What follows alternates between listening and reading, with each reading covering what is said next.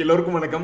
ஏங்க நீங்க முதல்ல சொல்லுங்க, நான்லாம் சொல்ல மாட்டேன். முதல்ல நீங்க சொல்லுங்க, அப்புறம் தான் நான் சொல்லுவேன் அப்படிங்கிற மாதிரி ஒரு நண்பர் என்ன சொல்றாரு, 9 லட்ச ரூபா முதலீடு பண்ணி மாசம் 51,000 ரூபா சம்பாரிச்சுக்கிட்டு இருக்காராம். அதை எப்படி 75,000 ரூபா கொண்டு போறது அப்படின்ற மாதிரி யோசிச்சுட்டு இருக்காரு. ஏதாவது ஐடியா இருந்தா சொல்லுங்க அப்படின்னா, முதல்ல நீங்க சொல்லுங்க. 9 லட்ச ரூபாய் வச்சுக்கிட்டு எப்படி நீங்க 51,000 ரூபா சம்பாதிக்கிறீங்க அப்படின்றது முதல்ல சொல்லுங்க. அதாவது ஷேர் மார்க்கெட்ல ஒரு நாள் கூத்து அப்படின்றது இருக்கு. அதாவது இப்போ ஷேர் மார்க்கெட் கடந்த 3 வருஷமா ஏறிட்டு இருக்கு. அப்போ நீங்கள் இந்த 3 வருஷமா இந்த மாதிரி மாசமான சம்பாரிச்சுக்கிட்டு இருக்கீங்களா, இல்லை ஒரு 10-15 வருஷமாவே சம்பாரிச்சுக்கிட்டு இருக்கீங்களா அப்படின்றது ரொம்ப முக்கியம். ஏன் அப்படின்னா இந்த ஷேர் மார்க்கெட் கடந்த 3 வருஷமா ஏறிட்டு இருக்கிறதுனால, ஒரு உதாரணத்துக்கு இந்த ஆர்விஎன்எல் அப்படின்ற ஒரு ஷேர் எடுத்துங்க. அந்த ஷேர் சமீபத்தில் எப்படி கடந்த 3 வருஷமா சம்பாரிச்சு கொடுத்தது அப்படின்னு பார்த்தீங்கன்னா, வருஷமான 162 ரூபா சம்பாரிச்சு கொடுத்துருக்கான். அதனுடைய சார்ட்டை நீங்கள் பார்த்தீங்கன்னா கூட வெறும் 43 ரூபாயெல்லாம் இருந்தவன் இப்போ 500 ரூபா ரேஞ்சில் இருக்கான். அப்போ இதை நம்ம கணக்கு போட்டோம்னு வச்சுங்க, இவங்க மாசமான 15,000 ரூபா 51,000 ரூபா அப்படின்ற சம்பாரிச்சிட்டு இருக்காருன்னு வச்சுங்க. அதுக்கு பதுவாக இந்த 9 லட்ச ரூபாயை 3 வருஷத்துக்கு முன்னாடி அந்த ஆர்விஎன்எல்ல போட்டு கம்முன்னு ஆடாம அசையாம கோத்திருந்தா போதும், ஆல்மோஸ்ட் 1,70,00,000 ரூபா கிடைச்சிருக்கும். எவ்வளோ பெரிய பணம் பாருங்க. அவ்வளோதான் லைஃப் செட்டில்டு. இந்த 3 வருஷத்துல 9 லட்ச ரூபா ஆர்விஎன்எல்ல போட்டு சும்மா ஆடாம அசையாம கோந்திருந்தா போதும், இந்நேரத்துக்கு அவங்களுக்கு 1,70,00,000 ரூபா அப்படின்றது கிடைச்சிருக்கும். ஸோ நீங்க முதல்ல சொல்லுங்க, நீங்க என்ன பண்றீங்க?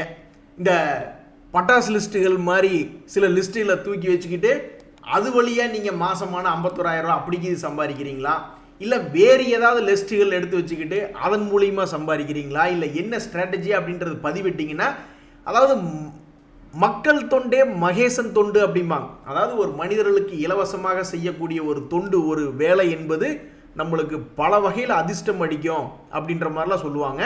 எனக்கெல்லாம் அப்படி அடிச்சிருக்கு. நம்மளுக்கு தெரிஞ்சதை ஏதாவது ஒரு மக்கள் தொண்டு ஆற்றும் பொழுது நம்மளுக்கு ஏதாவது ஒன்று கிடைக்கும். அந்த வகையில் நீங்கள் இப்போ என்ன பண்ணிட்டு இருக்கீங்க அப்படின்றத ஒரு கமெண்ட்டில் சும்மா ஒரு ஹைலைட் மாதிரி போட்டிங்கன்னா என்ன ஏது அப்படின்றத பார்க்கலாம். ஆசை எல்லாருக்குமே தாங்க இருக்கும், ஆனால் நடக்க மாட்டேங்குதே. ஒரு நண்பர் சொல்கிறார், 20,000 பவர் கிரிட் இன்ஃப்ராஸ்ட்ரக்சர் இன்வெஸ்ட்மெண்ட் ட்ரஸ்ட்னு ஒன்று இருக்குது. அதை நான் ஒரு 20,000 வாங்கி வச்சுக்கிட்டேன்னா எனக்கு மாதம் 20,000 ரூபா கணக்குக்கு டிவிடெண்ட் வரும். இங்கே டிவிடெண்ட் இதில் அப்டேட் பண்ணல, பட் ஒரு வருஷத்துக்கு 12 ரூபா அப்படின்ற மாதிரி டிவிடெண்ட் கிடைக்கிறதுக்கு வாய்ப்பு இருக்குது. அதில் டேக்ஸ்லாம் போக தான் செய்யும். அப்போ கரண்ட் ரேட்டு 90 ரூபா அப்படின்னா வாங்கிக்கலாமே அப்படின்ற மாதிரி யோசிச்சுட்டு இருக்காரு. ஆசை நல்லா தான் இருக்குது. இதில் வந்து ஃபஸ்ட்டு முதல்ல நம்மளுக்கு 20,000 பிஜி இன்வெர்ட் வாங்கணும்.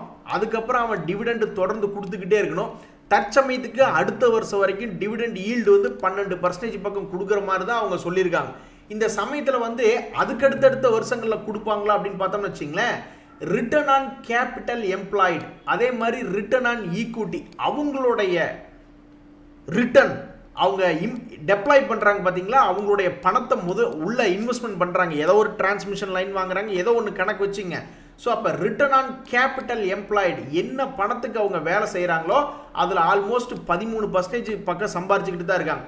இதில் இல்லை நான் செபியினுடைய ரூல்ஸ் எல்லாம் இருக்குது, அது நான் என்னன்ற சரியா தெரில. 80% இல்லை 90% ஆஃப் இன்கம் வந்து டிஸ்ட்ரிபியூட் பண்ணிடணும் எல்லா ஷேர் ஹோல்டர்ஸ்க்கு அப்படின்ற மாதிரி.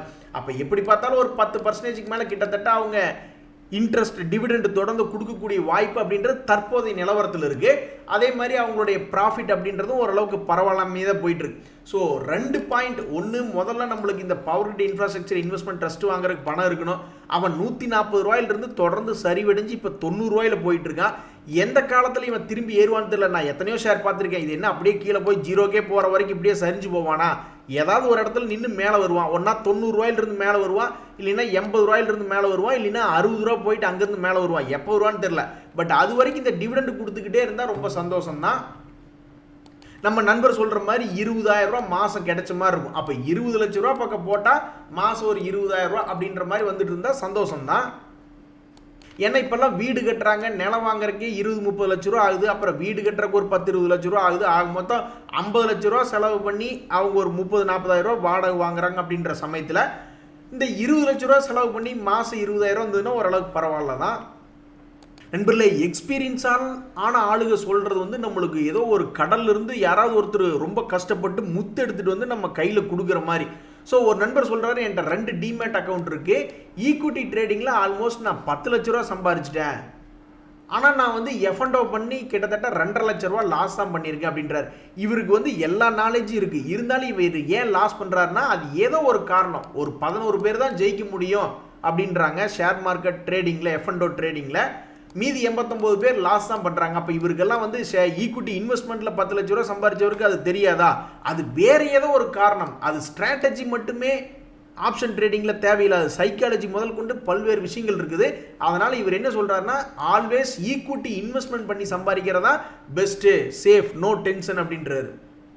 நண்பர் ஒன்று சொல்கிறாரு, அதாவது ஆப்ஷன் ட்ரேடிங்கில் 11 பேர் தான் ஜெயிக்க முடியும்னா ஈக்விட்டி இன்ட்ராடே ட்ரேடிங்கில் 30% தான் வின்னிங் ரேட் அப்படின்னு செபி சொல்லுது.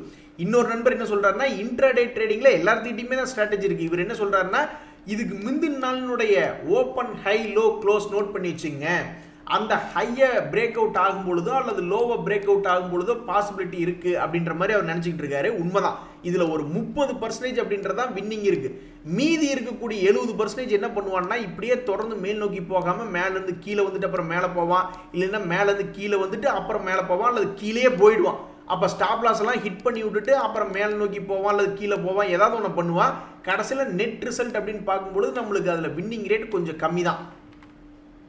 நீங்கள் இந்த 30க்குள்ளே இருந்தீங்கன்னா உண்மையிலேயே எனக்கு ரொம்ப சந்தோஷம் தான். ஏன்னா 11% அப்படின்றத விட 30% அப்படின்ற வின்னிங் ரேட் அதிகம். அதுக்குள்ளே நீங்கள் வந்தீங்கன்னா உண்மையிலேயே ஒரு சந்தோஷமான விஷயம்தான். அதாவது சமீபத்தில் பேங்க் ஷேர் எல்லாமே படுத்து கிடங்க. அதுலேயும் நொந்து நூடுல்ஸ் ஆனவங்க இந்த ஐடிஎஃப்சி ஃபர்ஸ்ட் பேங்க் அந்த மாதிரி லிஸ்ட் எடுத்து பார்த்தோம்னு வச்சுங்க, பாவம் ஏகப்பட்ட பேர் நொந்து நூடுல்ஸாக இருக்காங்க. அதுலேயும் குறிப்பாக 2 பேர் ஓப்பனாக பப்ளிக்கில் வந்து புலம்பெயிருக்காங்க. என்ன அப்படின்னு பார்த்தா, இந்த உஜ்ஜீவன் ஸ்மால் ஃபினான்ஸ் பேங்க்கு, இந்த ஈக்விட்டி பேங்க் எல்லாம் யாராவது வந்து தட்டி எழுப்பி விடுங்க ஐயா, எவ்வளவு நாள் தான் நாங்கள் நட்டத்திலே இருக்கிறது அப்படின்ற மாதிரி இருக்காங்க. யாராவது சொல்லடி போட்டாங்கன்னா டக்குன்னு ஏறிடுவாங்க. சமீபத்தில் இந்த உஜ்ஜீவன் ஸ்மால் ஃபினான்ஸ் பேங்க்லாம் 33% இறங்கி கிடக்கு அவனுடைய ஹையஸ்ட் ரேட்லேருந்து. அதே மாதிரி ஈக்விட்டா ஸ்மால் ஃபினான்ஸ் பேங்க் அவனும் எல்லாருமே கிராஜுவலாக இறங்குறானு பாருங்க. இவனுக்கு குரூப்பே, பேங்க் குரூப்பே வந்து ஏறினா எல்லாம் மொத்தத்துக்கு ஏறுவானு, இறங்கினாலும் அதே மாதிரி எல்லாமே ஸ்லோவாக இறங்குவானுங்க. இப்போ ப்ரைவேட் பேங்க்கில் ஏறிட்டு இருக்காங்க. முதல்ல பிரைவேட் பேங்க் ஏறாமல் படுத்து கிடந்தது, பப்ளிக் செக்டர் பேங்க்ஸ் ஏறிச்சு. இப்போ பிரைவேட் பேங்க்ஸ் ஏறுது, இப்போ பப்ளிக் செக்டர் பேங்க்ஸ் கிடக்கு. ஸோ யாராவது ஒருத்தர் வந்து சொல்லடி போட்டு ஏதாவது ஒரு விஷயத்த, இதில் இன்னொரு முக்கியமான விஷயம், இப்போ இவங்களுடைய குவார்டர்லி ரிசல்ட் அப்படின்றது அடுத்த மாதத்துலேருந்து வருது. அதே மாதிரி இவங்களுடைய பிஸ்னஸ் அப்டேட்ஸும் குவார்டர்லி ரிசல்ட்ஸுக்கு முன்னாடியே கொடுப்பாங்க. அப்போ அதை பேஸ் பண்ணி ஏறிடுச்சுன்னா ரொம்ப சந்தோஷம். எந்த ஒரு ஸ்டாக்குமே ஏறுறதுக்கு 2-3 நாள் அல்லது 1 வாரம் 2 வாரம் அப்படி தான் எடுத்துக்குவானு. அதே மாதிரி எந்த ஒரு ஸ்டாக்கு ஏறினதுக்கு அப்புறம் தான் நம்மளுக்கு தெரியும். ஸோ தற்சமயத்துக்கு சப்போர்ட்டில் இருக்கக்கூடிய இந்த equity small finance bank, Ujjivan small finance bank இதெல்லாம் மேல் நோக்கி ஏறி வந்துச்சுன்னா ரொம்ப சந்தோஷம்தான்.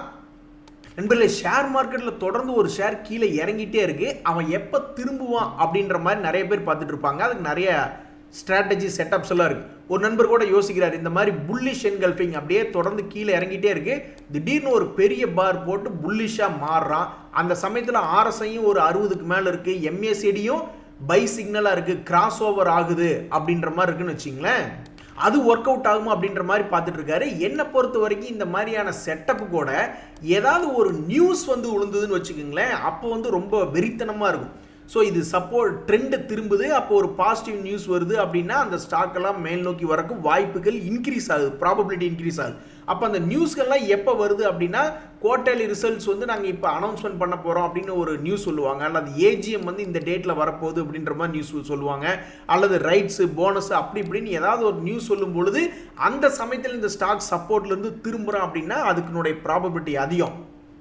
200 days மூவிங் ஆவரேஜ் அது மாதிரியான ஒரு செட்டப் தான். அந்த செட்டப் மேலே கிராஸ் ஓவர் ஆகி மேல் நோக்கி போகும்பொழுது அந்த ஸ்டாக்குக்குள்ள ட்ரெண்டினுடைய ஸ்ட்ரென்த் இருந்ததுன்னா அசால்ட்டாக 100, 200, 300% ஏறுவான். இப்போ கூட பார்த்தோமே ஆர்விஎன்எல் ஒரு ஷேரு 9 லட்ச ரூபாய் போட்டிருந்தா 1,70,00,000 ரூபாய் எப்படி சம்பாரிச்சு கொடுத்தா நீங்கள் நினைக்கிறீங்க? அவனுக்குள்ள ட்ரெண்ட் இருந்திருக்கு. அந்த ட்ரெண்ட் எப்ப இருந்து உடையாம போயிருக்குன்னு பார்த்தீங்கன்னா 2022ல் 31 ரூபா இருந்திருக்கான். அந்த 31 ரூபாயிலிருந்து அந்த ட்ரெண்ட் உடையவே இல்லை. இந்த மாதிரி ட்ரெண்டுமே கண்டுபிடிக்கலாம். நம்ம நண்பர் 200 days மூவிங் ஆவரேஜ் எப்படி உள்ள கொண்டு வர்றது அந்த இண்டிகேட்டர் அப்படின்றார். இது எதுவுமே இல்லைங்க. நீங்கள் எந்த புரோக்கர்ட்ட இருந்தாலும் சரி, நீங்கள் போயிட்டு அந்த சார்ட்டை ஓப்பன் பண்ணிவிட்டு அங்கே இண்டிகேட்டர் அப்படின்ற மாதிரி இருக்கும். சில பேர் எஃப்எக்ஸ் ஃபார்முலா மாதிரி எந்தையாவது கொடுத்துருப்பாங்க, சில பேர் இண்டிகேட்டர்னே எழுதி போட்டிருப்பாங்க, பேரை எழுதி போடுங்கடா அப்படின்ற மாதிரி சில பேர் இண்டிகேட்டர்னு போட்டிருப்பாங்க. அதை கிளிக் பண்ணி உள்ளே நீங்கள் 200 மூவிங் ஆவரேஜ் அப்படின்றது ஈஸியாக செட் பண்ணிக்கலாம். சிம்பிள் மூவிங் ஆவரேஜோ அல்லது இஎம்ஐவோ ஏதோ ஒன்று செட் பண்ணிக்கலாம். சரி, நானும் இதாங்க நினச்சிக்கிட்டு இருக்கேன். 1 கோடி சேர்த்துனதுக்கப்புறம் அந்த 1 கோடியை வந்து மொத்தமாக நான் வந்து ஏதாவது நிஃப்டி 50 இண்டெக்ஸ்லையோ அல்லது ஒரு குறிப்பிட்ட சேஃபான ஸ்டாக்குகளே வச்சுக்கலான்னு பார்க்குறேன். என்ன காரணம்னா, ஒரு ஸ்டாக் இறங்குறதுக்கு முன்னாடியே அதில் புட் ஆப்ஷன் வாங்கி நம்ம சேவ் பண்ணிக்கலாம் F&O பொறுத்த வரைக்கும். அதே மாதிரி மேல் நோக்கி போகாமல் அப்படியே படுத்து கிடக்கிறாங்க அப்படின்ற சமயத்தில் நம்ம கிட்ட தான் 1 கோடி மதிப்பிலான ஸ்டாக் இருக்கே. அப்போ அதில் வந்து ஏதாவது கவர்டு கால் ஆப்ஷன் அந்த மாதிரி ஏதாவது ஒன்று பண்ணி பார்க்கலாம், பிளான் பண்ணி பார்க்கலாம். ஸோ ஒரு நண்பர் என்ன பண்ணியிருக்காரு, டாடா மோட்டர்ஸில் ரொம்ப ஹெவியாக ஹோல்டு பண்ணிக்கிட்டு இருக்காரு. அவர் மார்க்கெட் இறங்குற மாதிரி தெரிஞ்சதுனால 1030 புட்டு வாங்கி வச்சிருக்காரு. சூப்பரான ப்ராஃபிட் அப்படின்ற மாதிரி சொல்கிறாரு. எனக்கு என்னமோ இந்த நியூஸ் ஏற்கனவே பார்த்த மாதிரி இருக்கு. பட் எனிவே, நம்மளும் ஒரு நாளைக்கு பெரிய ஆள் ஆகும்பொழுது ஒரு 30-40 லட்ச ரூபா அல்லது 1 கோடி அப்படின்ற மாதிரி போர்ட்ஃபோலியோ வரும்பொழுது ஒரு கான்சென்ட்ரேட்டட் போர்ட்ஃபோலியோ ஒரு ஃபியூச்சர்ஸ் அண்ட் ஆப்ஷன்ஸ் ரிலேட்டடாக இண்டெக்ஸ்லையோ அல்லது இண்டிவிஜுவல் ஸ்டாக்ஸ்லையோ வைக்கும்பொழுது இந்த மாதிரி நம்மளோட ஈஸியாக ஹெட்ஜ் அப்படின்றது பண்ணிக்க முடியும். ஆக்சுவலாக ஆப்ஷன்ஸ் அப்படின்றது கொண்டு வந்ததே இந்த மாதிரி ஹெட்ஜிங் பண்ணுறதுக்காக தான். ஆனால் அது இப்போ எல்லாருமே அது ஒரு சூதாட்டம் மாதிரி அந்த ஆப்ஷன்ஸை பண்ணிக்கிட்டு இருக்காங்க. இங்கே பாருங்க, ஒரு நண்பர் என்ன பண்ணியிருக்காருன்னு. எப்பவுமே ரொம்ப ஸ்ட்ராங்காக இருக்கக்கூடிய ஆள் தான். திடீர்னு ஒரு நப்பாசைக்காக ஒரே ஒரு நாள் இன்ட்ராடே ட்ரேடிங் பண்ணியிருக்காரு. அதில் 7500 ரூபா கும்பாப்பாடி விட்டாப்ல. இனிமேல் வாழ்நாளில் இன்ட்ராடேவே பண்ணக்கூடாது அப்படின்ற மாதிரி சபதம் எடுத்திருக்காப்ல. உங்களுடைய சபதம், விஸ்வாமித்திரர் சபதம் வந்து அந்த காலத்தில் படத்துலலாம் பார்த்துருக்கோம். திடீர்னு ஒருத்தர் வந்து டான்ஸ் ஆடும் பொழுது அந்த விஸ்வாமித்திரனுடைய சபதம் ஒரு மாதிரி களைஞ்சு போயிடும். அந்த மாதிரி உங்களுடைய சபதம் களையாமல் தொடர்ந்து காலம் பூரா இந்த சபதம் மெயின்டைன் ஆக வாழ்த்துக்கள். ஆமாங்க, எல்லாருமே வெயிட்டிங் தான் பண்ணிக்கிட்டு இருக்கோம். 1000-2000 பாயிண்ட் நான்லாம் இப்போ நோட் பண்ணி வச்சுக்கிட்டேன். இப்போ சமீபத்தில் என்ன ஆகுதுன்னா 500 பாயிண்ட் இறங்கினாவே திரும்பி மேலே போயிடுறான். நான் முதல்ல 2000 பாயிண்ட் இறங்குச்சுன்னா அதுக்கு ஏதாவது பணத்தை பல்கே இறக்கலான்ட்டு இருந்தேன். இப்போ நான் என்ன பண்ணிட்டேன்னா முடிவு பண்ணிட்டேன், 500 பாயிண்ட்டாக இறங்குச்சுனாவே கொஞ்சம் பணத்தை உள்ளே இறக்கிடணும் அப்படின்ற மாதிரி முடிவு பண்ணிட்டேன். ஏன்னா 1000-2000 பாயிண்ட் நானும் இறங்கட்டும் 2000 பாயிண்ட்டை நோட் பண்ணி வச்சுட்டு இருக்கேன். 2022 ஒரு தடவை அந்த மாதிரி ஆப்பர்ச்சுனிட்டி வந்துச்சு. அதுக்கப்புறம் இப்போல்லாம் 1000 பாயிண்ட் இறங்கினாவே திருப்பி ஏற்றி விட்டுறானுங்க. இங்கே பாருங்க, இன்னொரு நண்பர், அதாவது கெட்ட நேரம் வந்ததுன்னா எப்படி இருந்தாலும் நம்ம பணத்தை இழுத்து விட்டுரும் அப்படின்ற மாதிரி ஆப்ஷன் ட்ரேடிங் பண்ணவே கூடாதுன்னு ஒரு நண்பர் நினச்சிருக்காரு.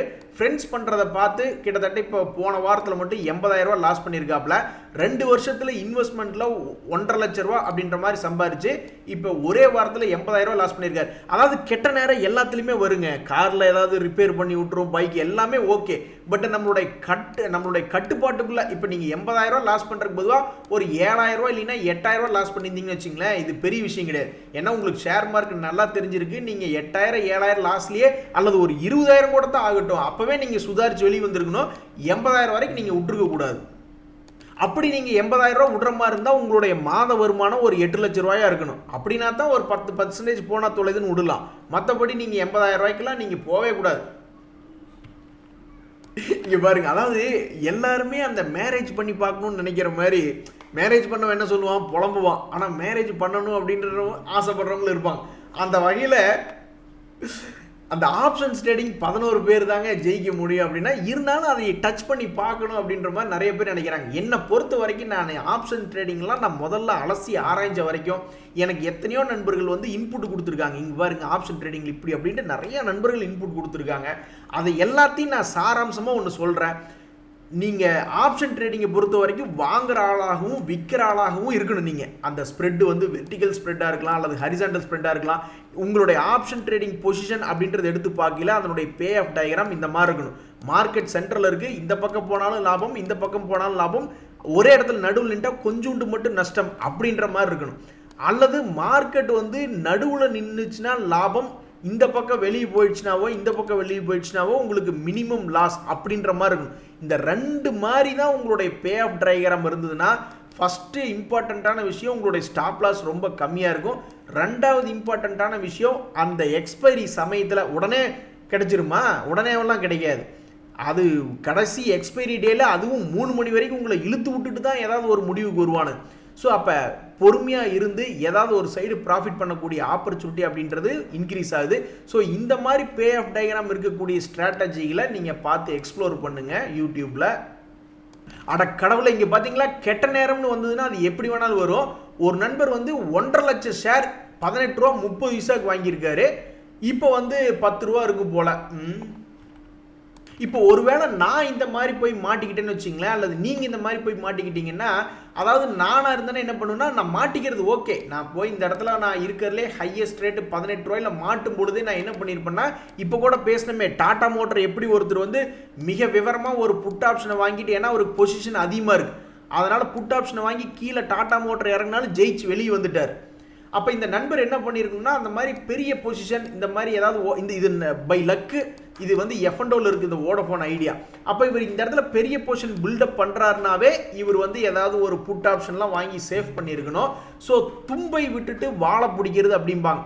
தும்பை பிடிக்காம போய் கடைசி நேரத்தில் போய் வாழை பிடிக்கும் பொழுது அது என்ன ஆகும்னு எனக்கு தெரியல. என்னுடைய பர்சனல் எக்ஸ்பீரியன்ஸில் என்னை பொறுத்த வரைக்கும் இந்த ஷேர்லாம் வந்து ஒன்றா 5 ரூபா டு 10 ரூபா ட்ரேட் ஆவான், இல்லைன்னா 10 ரூபா டு 20 ரூபா ட்ரேட் ஆவான். இதுக்கு அவன் எடுத்துக்கொள்ளக்கூடிய காலம் 1 வருஷம் டு 1.5 வருஷம். இதைத்தான் நான் கடைசி 3 வருஷமாக பார்த்துட்டு இருந்திருக்கேன். அப்போ இந்த முறை 10 ரூபா டு 20 ரூபா திரும்பி வந்துட்டா பரவாயில்ல, இல்லைன்னா 5 ரூபா போயிட்டு 10 ரூபா வரானா அப்படின்றது எனக்கு தெரியல. ஆண்டவா இந்த நண்பரை பொறுத்த வரைக்கும் இந்த 10 ரூபாயிலிருந்து இது 20 ரூபா போகட்டும் அப்படின்னு தான் எல்லாருமே வேண்டிக்குவாங்க.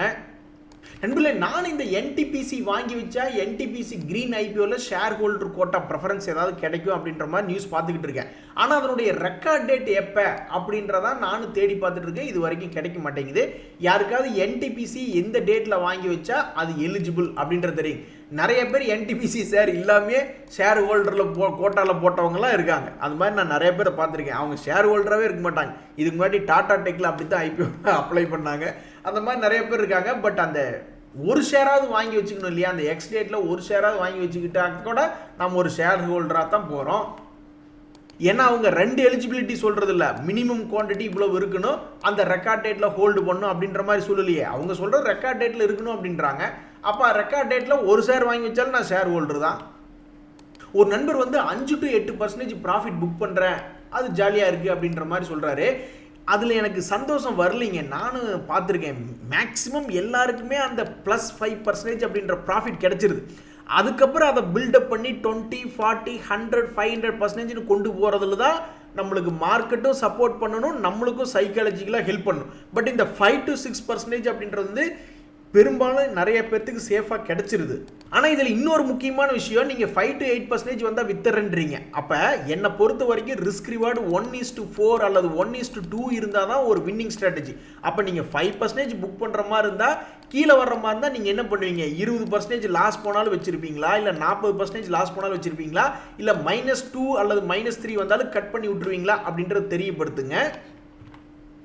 என்னுடைய பர்சனல் எக்ஸ்பீரியன்ஸில் ஒரு 20% ப்ராஃபிட் புக் பண்ணும்பொழுது, குறைஞ்சது 20க்கு மேலே எவ்வளோ புக் பண்ணாலும் ஓகே, பட் குறைஞ்சது ஒரு 20%, அது 50,000 இருக்கட்டும் அல்லது 1 லட்சம் இருக்கட்டும், 1 லட்சத்துக்கு வாங்குகிறோம், அதை ப்ராஃபிட் புக் பண்ணும்போது ஒரு 20,000 அப்படின்னு புக் பண்ணும்போது தான் ஒரு சந்தோஷம் வந்து பார்த்துருக்கேன். ஒரு 5%, 10%லாம் எனக்கு சந்தோஷம் வர மாட்டேங்குது.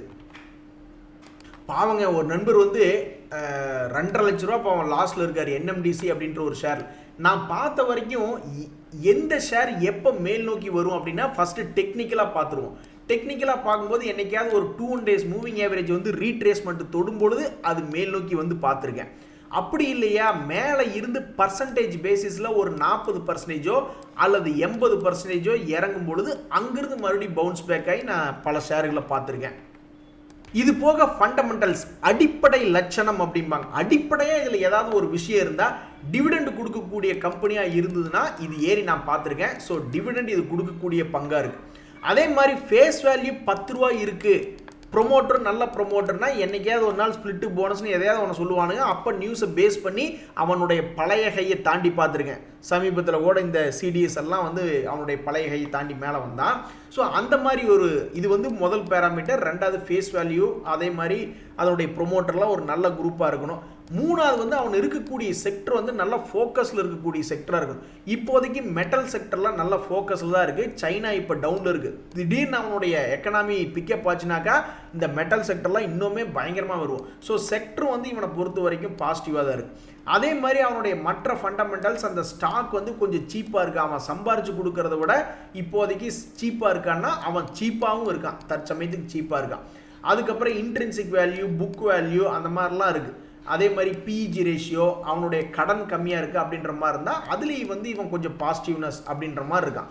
இது எல்லாமே இருந்தாலும் இந்த ஷேரை தூக்கி விட்றதுக்கு ஏதாவது நியூஸ் வரணும், அல்லது புரோக்கரேஜ் ஹவுசஸ் வந்து ஏதாவது ஒரு ரேட்டிங் கொடுக்கணும். திடீர்னு இவன் நல்லா இருக்கானுங்க அப்படின்னு ஏதாவது ஒரு நியூஸ் வரணும். அந்த நியூஸ் மட்டும்தான் இப்போதைக்கு இதில் லேக்கிங்காக இருக்குது. மற்றபடி ஃபண்டமெண்டல் ஆகட்டும் அல்லது டெக்னிக்கல் ஆகட்டும் இந்த என்எம்டிசிக்கு ஃபேவராக இருக்குது. ஸோ என்னைக்கு நியூஸ் ஓரளவுக்கு நல்லா ட்ரிகர் பண்ணுறானோ அன்னைக்கு மேபி இவனுக்கு ஒரு நல்ல காலம் வரலாம் அப்படின்றதான் என்னுடைய கருத்து.